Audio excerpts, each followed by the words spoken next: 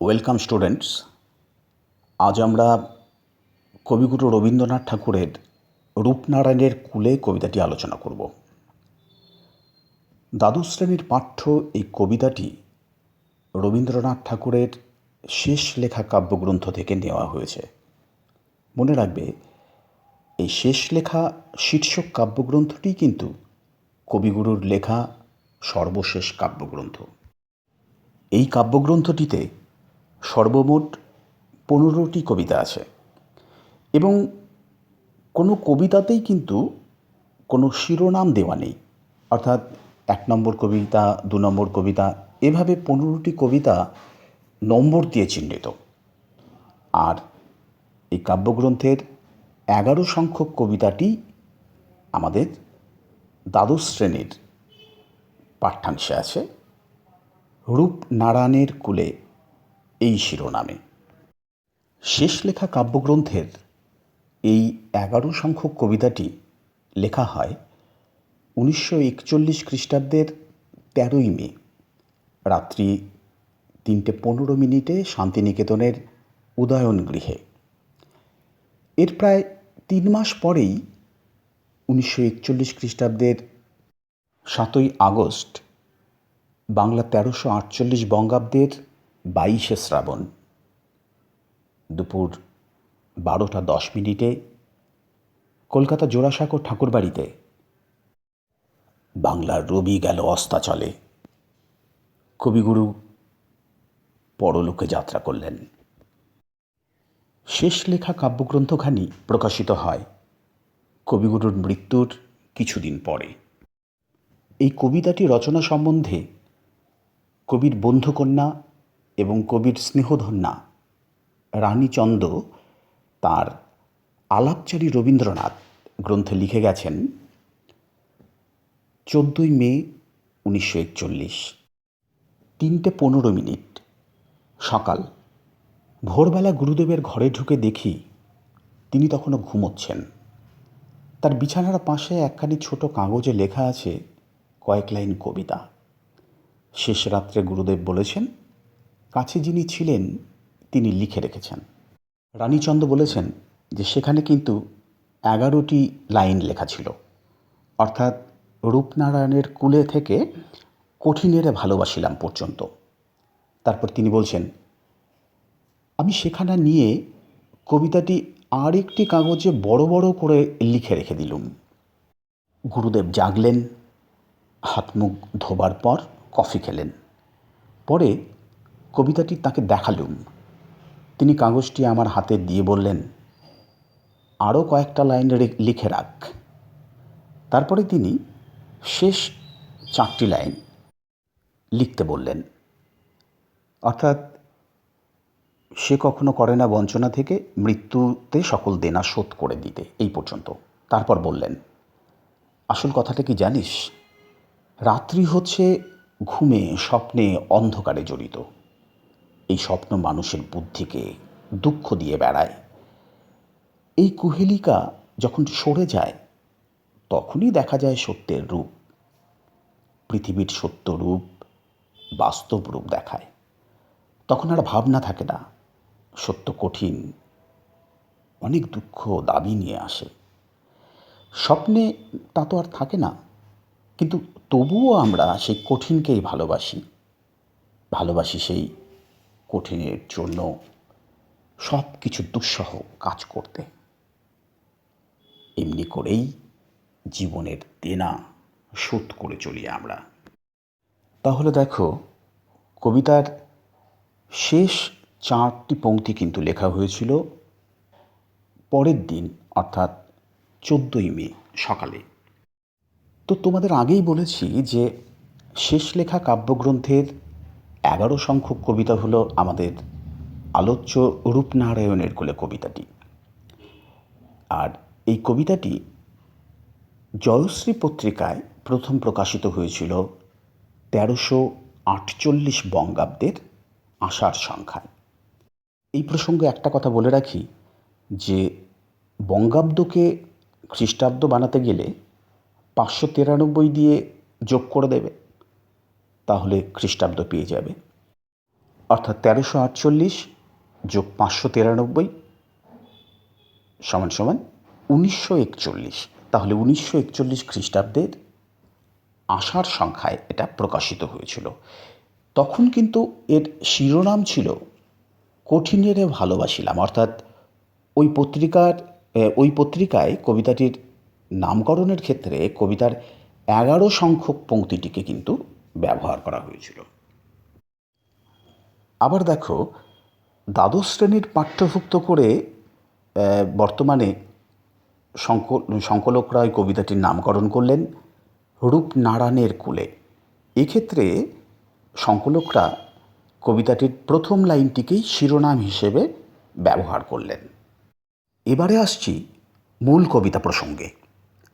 তোমরা জানো যে রূপনারায়ণ বা রূপনারায়ণ দক্ষিণবঙ্গের একটি নদের নাম। ছোটনাগপুরের থেকে উৎপন্ন হয়ে যেটা বাঁকুড়া, পুরুলিয়া এই জেলাগুলোর মধ্য দিয়ে প্রবাহিত হয়ে মেদিনীপুরের ঘাটাল শহরের কাছে শিলাই নদীর সঙ্গে রূপনারায়ণ নামে সেটা মিশেছে। পরবর্তীকালে হুগলি নদীতে গিয়ে সেটা মিলিত হয়েছে। আলোচ্য কবিতাতে কিন্তু রূপনারায়ণকে কবিগুরু প্রতীকী অর্থে ব্যবহার করেছেন। অর্থাৎ আলোচ্য কবিতাটিতে রূপনারায়ণকে একটি নদ বা নদী বলে ধরে নিলে কিন্তু ভুল করবে।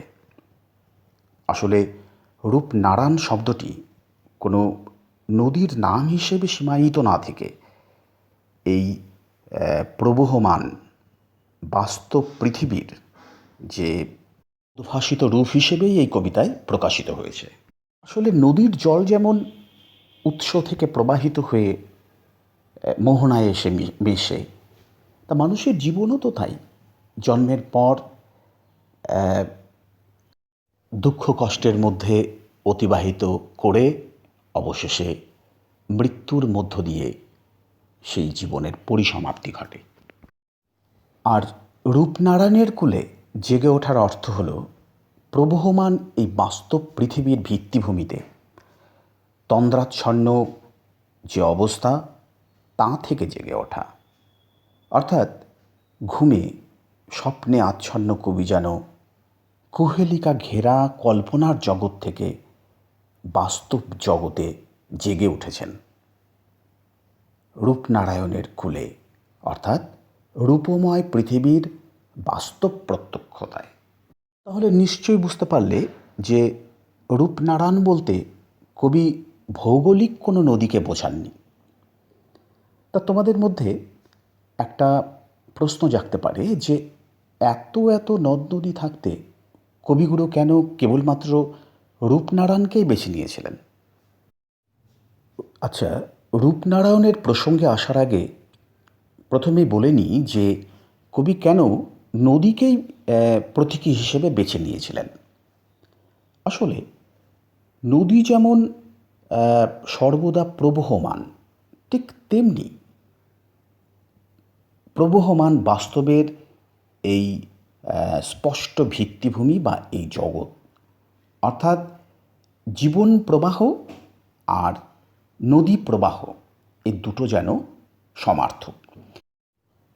এবারে আসছি রূপনারায়ণ নদীকেই কেন কবি বেছে নিলেন এই প্রবহমান পৃথিবীর বাস্তব রূপ হিসেবে। দেখো, রূপ শব্দের একটি অর্থ হচ্ছে আকার বা মূর্তি, যা কিনা বাস্তবের ভিত্তিভূমির ওপরই প্রতিষ্ঠিত। আর রূপের বিপরীত শব্দ হচ্ছে অরূপ। এই অরূপ শব্দের একটি অর্থ হচ্ছে নিরাকার, অর্থাৎ ভাবের সঙ্গে বা কল্পনার সঙ্গে এই অরূপের সখ্যতা বা বন্ধুত্ব। আর রূপের সঙ্গে সখ্যতা কার না? বাস্তবতার। তাহলে রূপ মানে হচ্ছে বাস্তব। আবার দেখো, নারায়ণ বা নারায়ণের একটি অর্থ যেমন বিষ্ণু বা লক্ষ্মীপতি, তেমনি নারায়ণ শব্দের আরেকটি আভিধানিক অর্থ হচ্ছে জীবসমূহের অবস্থান। অর্থাৎ বুঝতেই পারছো যে জীবসমূহের অবস্থান বলতে বাস্তবে এই পৃথিবীকেই বোঝাচ্ছে। তাহলে রূপ মানে যদি বাস্তব আর নারায়ণ মানে বা নারায়ণ শব্দের আভিধানিক অর্থ যদি পৃথিবী ধরে নিই, তাহলে এই রূপনারায়ণ নথটি কিন্তু আসলে বাস্তব পৃথিবীর প্রতীক হিসেবে আলোচ্য কবিতাতে চিহ্নিত হচ্ছে। আর জেগে ওঠা বলতে কবি কুহেলিকাময় স্বপ্ন বা কল্পনার জগৎ থেকে জাগরণের কথা বোঝাচ্ছেন। অন্যদিকে রূপনারায়ণের কুল বলতে কবি বাস্তবে এই পৃথিবীর ভিত্তিভূমিকে নির্দেশ করেছেন। জীবন সায়ান্নে উঠে কবি যেন তার মনে হয়েছে যে তিনি সেই স্বপ্নময় কুহেলিকাময় কল্পনার জগৎ থেকে তিনি বাস্তবের মাটিতে জেগে উঠেছেন। এবার কবিতার প্রথম 4 লাইন দেখো। রূপনারায়ণের কুলে জেগে উঠিলাম, জানিলাম এ জগৎ স্বপ্ন নয়। অর্থাৎ রূপনারায়ণের কুলে বা পৃথিবীর বুকে জেগে উঠে কবি তার কল্পনার জগতের সঙ্গে বাস্তব পৃথিবীর কোনো সাদৃশ্যই খুঁজে পেলেন না। রক্তের অক্ষরে দেখিলাম আপনার রূপ। রক্তের অক্ষর বলতে কিন্তু শারীরিক যন্ত্রণা, আঘাত বা রক্তাক্ত ক্ষতস্থানের কথা কবি বলেননি। এ রক্তক্ষরণ কবি হৃদয়ের। প্রকৃতপক্ষে পার্থিব যে দুঃখ, যন্ত্রণা, প্রিয়জন বিচ্ছেদ, তারপর রাষ্ট্রিক সংঘর্ষ, এমনকি এই নিরন্তর রোগভোগ, শেষ জীবনের যে নিরন্তর রোগভোগ প্রভৃতিকেই কবি হৃদয়ের নিভৃত রক্তক্ষরণ বলে বোঝাতে চেয়েছেন। আর একটা ব্যাপার যে আপনার রূপ, এটা কিন্তু কেবলমাত্র কবি নিজের কথাই বলেননি। আপনার রূপ বলতে কবি আসলে বিশ্ব মানবাত্মার বা মানব চৈতন্যের যথাযথ স্বরূপকেই বোঝাতে চেয়েছেন। তারপরের অংশ, চিনিলাম আপনারে আঘাতে আঘাতে, বেদনায় বেদনায়। কবি কুহেলিকাময় অন্ধকার কল্পনার জগৎ থেকে জেগে উঠে বাস্তবের কঠিন আঘাতে বেদনা সহ্য করে, যন্ত্রণা সহ্য করে নিজের সত্য স্বরূপ উপলব্ধি করলেন এবং নিজেকে যথার্থভাবে চিনে নিলেন। সত্য যে কঠিন, কঠিনের ভালোবাসিলাম, সে কখনো করে না বঞ্চনা। কবিগুরু এই কবিতাটির প্রেক্ষাপট বলতে গিয়ে বলেছেন, সত্য কঠিন, সে অনেক দুঃখ দাবি নিয়ে আসে। আর স্বপ্নে তা তো থাকে না, কিন্তু আমরা সেই কঠিনকেই ভালোবাসি। আসলে কবি যখন রূপনারায়ণের কুলে অর্থাৎ বাস্তব পৃথিবীর বুকে জেগে উঠে উপলব্ধি করেন যে এ জগৎ স্বপ্ন নয়, রক্তের অক্ষরে অর্থাৎ বাস্তব জগতের কঠিন কঠোর আঘাতে বেদনার মধ্য দিয়েই মানব জীবন জেগে ওঠে। আর জীবনের সঙ্গে মানুষের এই পরিচয়ই তো সত্য পরিচয়। এই কঠোর কঠিন পথই তো জীবনের পথ, যে কঠিন কখনো প্রবঞ্চনা করে না, কঠিন হলেও সে সত্য। তাই কবি শেষ পর্যন্ত কল্পনার রঙিন জীবন থেকে মুখ ফিরিয়ে নিয়ে এই কঠিন অর্থাৎ সত্যকে আপন করে নিয়েছেন। আরেকটি কবিতায় কবি বলেছেন, মনেরে আজ কহ যে ভালো মন্দ যাহাই আসুক, সত্যের এলাও সহজে। আমৃত্যুর দুঃখের তপস্যা এ জীবন। কবির কাছে জীবন হলো আঘাত, সংঘাত, প্রাপ্তি, অপ্রাপ্তির ইত্যাদির কঠিন পরিস্থিতির মধ্য দিয়ে সত্যকে উপলব্ধি করা। বাস্তবিকভাবেই মানব জীবন তপস্বীর ন্যায়। তপস্বী কী করে? ঈশ্বরের সাধনার জন্য বা মোক্ষ লাভের জন্য তপস্যা করে। এই মানব জীবনও তপস্বীর ন্যায় দুঃখের তপস্যায় আমৃত্যু ডুবে সত্যানুসন্ধানের প্রয়াস করে চলে, সত্যানুসন্ধানের চেষ্টা করে চলে। কবি জানেন যা কিছু মহৎ, যা কিছু সত্য, তা তপস্বীর ন্যায় ত্যাগ ও দুঃখের অবিচল সাধনায় ব্রতী থেকে তবেই লাভ করা যায়। সত্যের দারুণ মূল্য লাভ করিবারে, মৃত্যুতে সকল দেনা শোধ করে দিতে। আসলে আঘাত ও বেদনাকে সহ্য করেও সত্যের দিকে এগিয়ে চলাই হচ্ছে জীবনের ধর্ম। সত্যকে লাভ করার জন্য মানুষের এই কঠিন সাধনা। দুঃখের তপস্যা আসলে সত্যের দারুণ মূল্য শোধ করে দেওয়ার জন্য। আসলে জীবিত অবস্থায় কবি জগতের কাছ থেকে অনেক কিছু গ্রহণ করেছেন, তাই তিনি জগতের কাছে ঋণী। সেই ঋণ শোধ করার স্বাদ ও সাধ্য কোনোটাই কবির নেই। তাই মহাকালের হাতে নিজেকে সমর্পণ করে দিয়ে কবি জীবনের সকল দেনা শোধ করে দিতে চাইছেন। দেখো, আমরা এই পৃথিবীতে যে এতদিন বসবাস করলাম, সুখ দুঃখময় জীবন অতিবাহিত করলাম, এর ফলে জগতের কাছে কিন্তু আমাদের ঋণ হলো। আর সেই ঋণ কিন্তু ধন দৌলত টাকা পয়সা দিয়ে শোধ করা সম্ভব নয়। কবি বলছেন যে এই ঋণ শোধ করা যায় একমাত্র মৃত্যুর মধ্য দিয়ে।